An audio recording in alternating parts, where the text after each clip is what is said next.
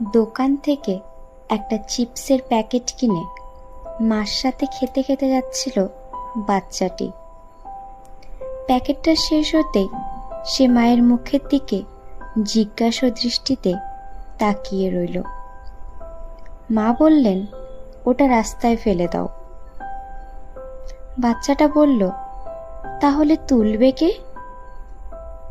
মা বললেন, ময়লাওয়ালারা তুলে নেবে বাবু, তুমি ফেলে দাও। ময়লাওয়ালা কে মা? যারা ময়লা পরিষ্কার করে। তাহলে যারা ময়লা ছড়ায় তাদের কি বলে মা? হাতের প্যাকেটটা রাস্তায় ফেলতে গিয়ে থমকে গেলেন ভদ্রমহিলা। এই প্রশ্নের উত্তর যেন বড়ই কঠিন, ঠিক যেন আয়নার মতো।